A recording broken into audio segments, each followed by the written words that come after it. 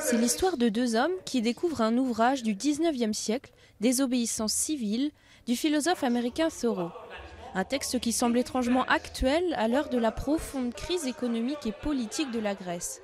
Les personnages de la pièce s'étonnent de la tutelle du FMI et des institutions européennes sur leur pays et tournent la chose en dérision. Nous sommes inspirés par la crise. On a fait ce spectacle en prenant la crise comme quelque chose de rigolo, quelque chose de drôle.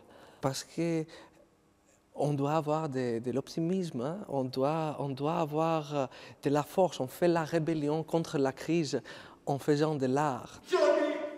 Cette pièce aux nombreux gags a eu beaucoup de succès quand elle a été jouée au début de l'année à la Fondation Kakoyannis d'Athènes. Cette institution, née il y a 2 ans, s'est fixée comme politique de donner leur chance aux jeunes artistes. Aujourd'hui, la crise est largement présente dans sa programmation. On voit des hommes souffrir, donc on ne peut pas dire que la crise offre une occasion ou des avantages. Non, on est plutôt dans l'hubris, la démesure, quand on se trouve au point où l'autre a faim, où il n'a pas les moyens d'apporter le nécessaire à son enfant. Pourtant, pour la culture, on l'a vu dans le passé, les crises ont toujours aidé.